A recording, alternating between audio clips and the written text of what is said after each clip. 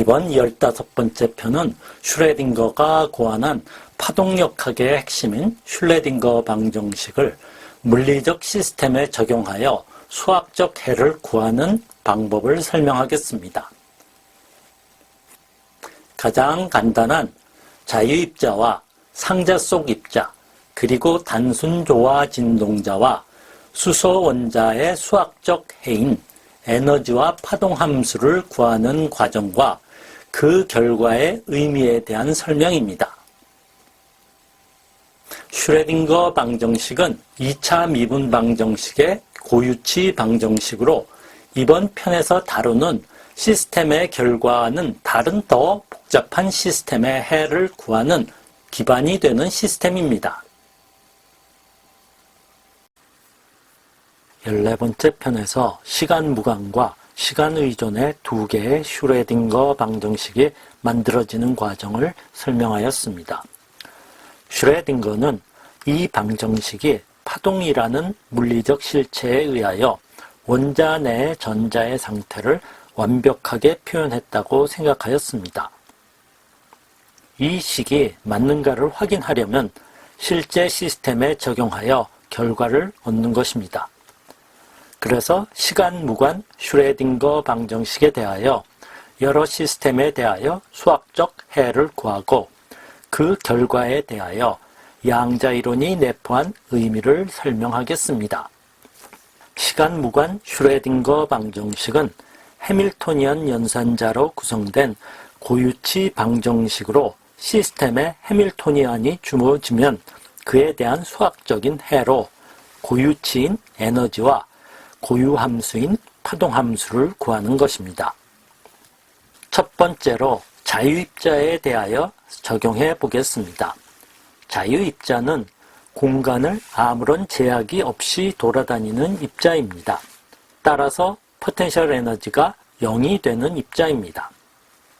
그리고 우선 1차원, 즉 선 위에서만 자유롭게 움직이는 입자를 생각하겠습니다. 따라서 슈레딩거 방정식은 보여지는 식과 같이 되고 식을 정리하면 2차 미분 방정식이 얻어집니다. 그리고 여기서 EM2 나누기 H바 자승을 K 자승으로 대체하면 간단한 미분 방정식이 되는데 이는 1차원 공간상 파동을 나타내는 파동 방정식입니다. 이 식의 파동 함수 해는 공간상 파동 형태인 사인, 코사인, 엑스포넨셜의 세 가지 함수로 나타낼 수 있는데 엑스포넨셜 함수로 나타내면 진폭이 A인 보여지는 식과 같이 얻어집니다. 그리고 에너지는 K로서 나타낼 수 있습니다. 그런데 고전 이론에서 자유입자는 운동 에너지만 가지고 있으므로 식과 같이 운동량으로 표현이 되고 이를 양자 이론의 해와 같다고 하면 운동량은 K에 비례하고 값으로 플랑크 상수를 곱하고 2파이로 나눈 값이 됩니다. 입자를 파동으로 생각하면 드브로의 물질파식을 적용할 수 있으므로 이를 적용하면 K는 2파이를 파장 람다로 나눈 값으로 이를 파동수라 합니다.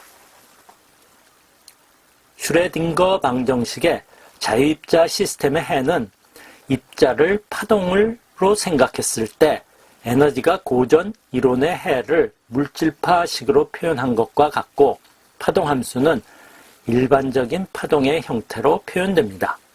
두 번째로 상자 안에 갇혀있는 입자로서 상자가 1차원인 경우를 가정하여 해를 구해보겠습니다.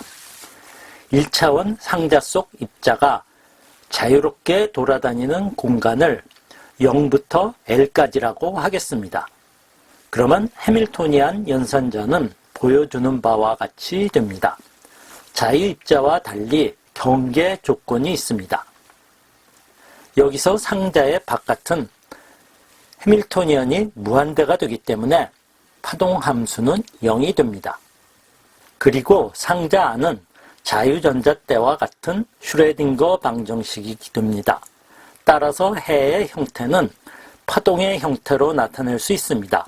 계산의 편의를 위하여 사인과 코사인으로 나타내어 보여지는 바와 같고 에너지는 식과 같이 K의 함수로 표시하게 됩니다.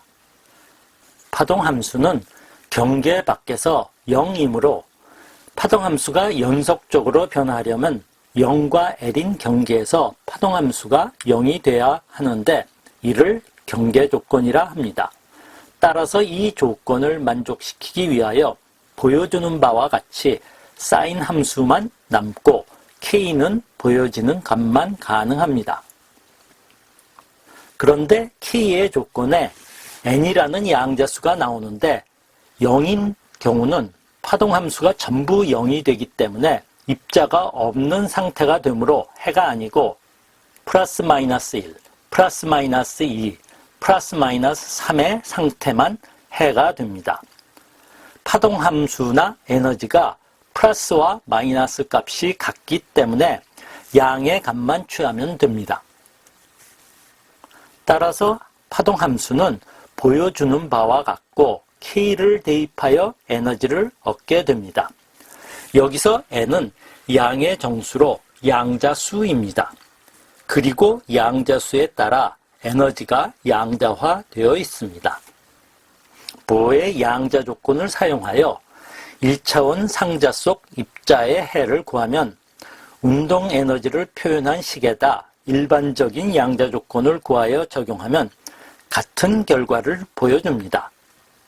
상자 속의 입자가 자유입자와 다른 점은 자유롭게 돌아다니는데 공간이 한정되어 있다는 것입니다. 그런데 결과는 상당한 차이를 보입니다. 에너지가 양자화되어 있는데 그 이유는 공간이 한정되었기 때문에 생긴 것으로 경계 조건이 양자화의 조건이 된다는 것입니다.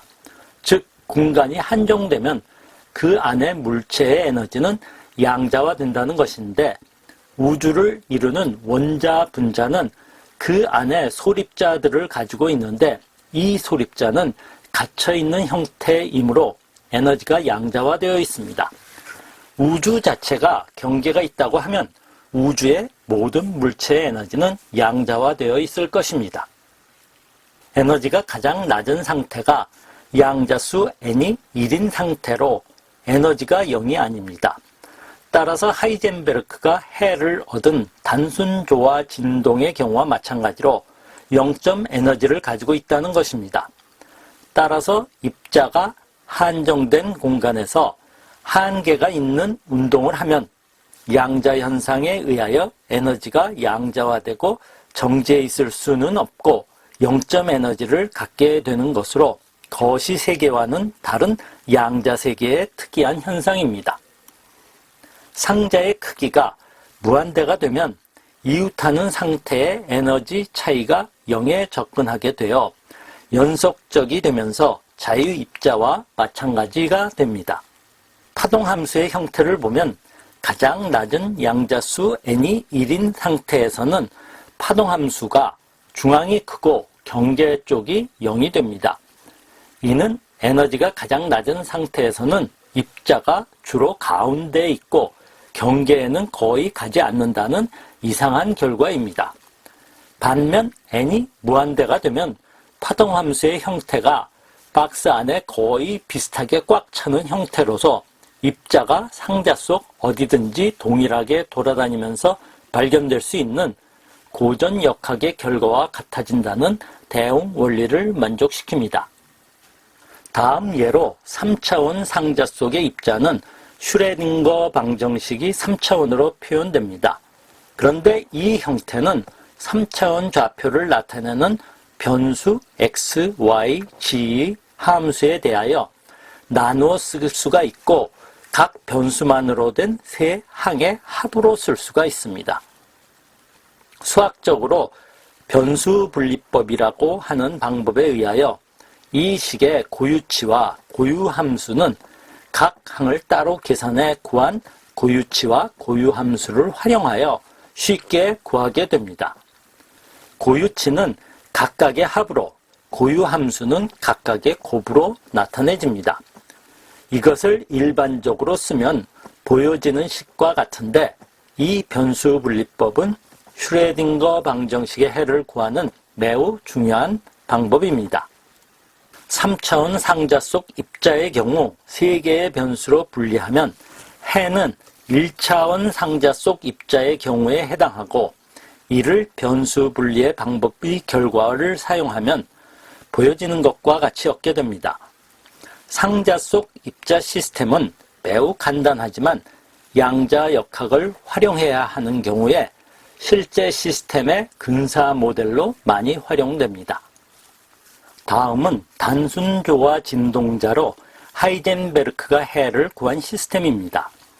이 시스템의 포텐셜 에너지 부분은 보여지는 바와 같이 후크인 포텐셜이 됩니다. 이를 적용하여 슈레딩거 방정식을 표현하면 식과 같이 됩니다. 그런데 단순 조화 진동자의 슈레딩거 방정식의 해를 구하기 위하여 수학적인 조작이 필요합니다. 플랑크 상수, 힘 상수 K와 추의 질량 M을 사용하여 오메가와 E를 새로 정의하고 변수 X를 보여주는 바와 같이 변수 Y로 바꾸고 파동함수 psi를 F와 Y의 함수로 표현하여 바꾸면 슈레딩거 방정식은 식과 같이 바뀌어지게 됩니다. 이는 에르미트 방정식이라고 하는 미분 방정식으로 이 식의 해는 알려져 있습니다. 에너지는 보여지는 바와 같이 0, 1, 2, 3의 양자수 n을 포함한 값으로 하이젠베르크가 얻은 값과 일치하고, 파동함수는 에르미트 다항식으로 보여지는 바와 같은데 이를 단순 조화 진동자의 포텐셜 에너지 곡선 위에 표현하면 그림과 같게 됩니다.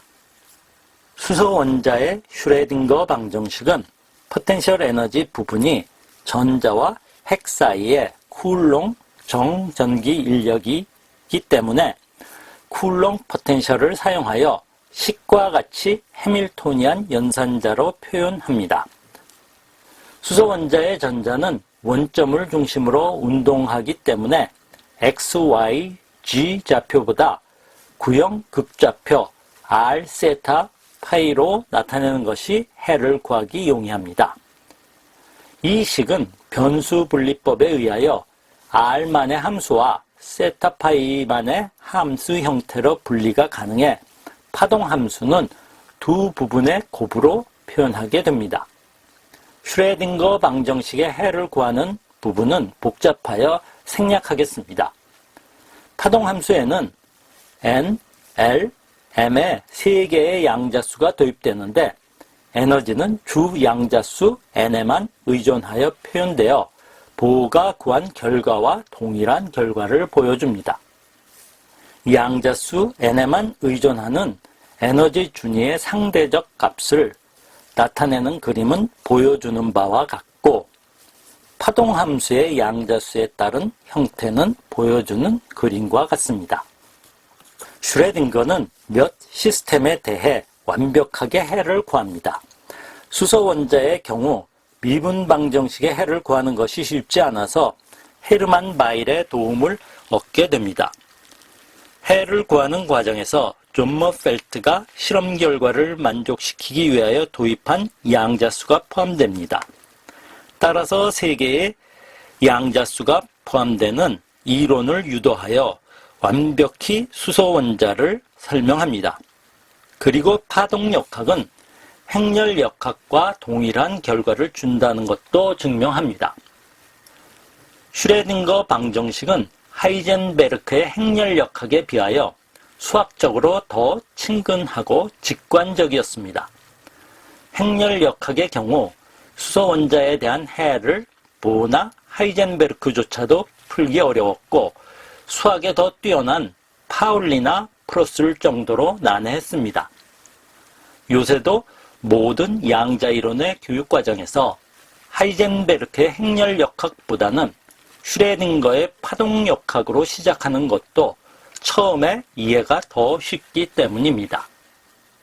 이번 편을 요약하면 슈레딩거는 시관, 무관, 방정식을 사용하여 자유입자와 상자 속 입자의 해를 계산하여 알려진 결과를 재현하였고, 이 결과로부터 경계조건, 영점 에너지, 대응 원리 등 양자이론의 특이성을 이해할 수 있었고, 단순 조화 진동과 수소 원자의 경우도 에너지와 파동 함수를 완벽하게 구할 수 있었습니다.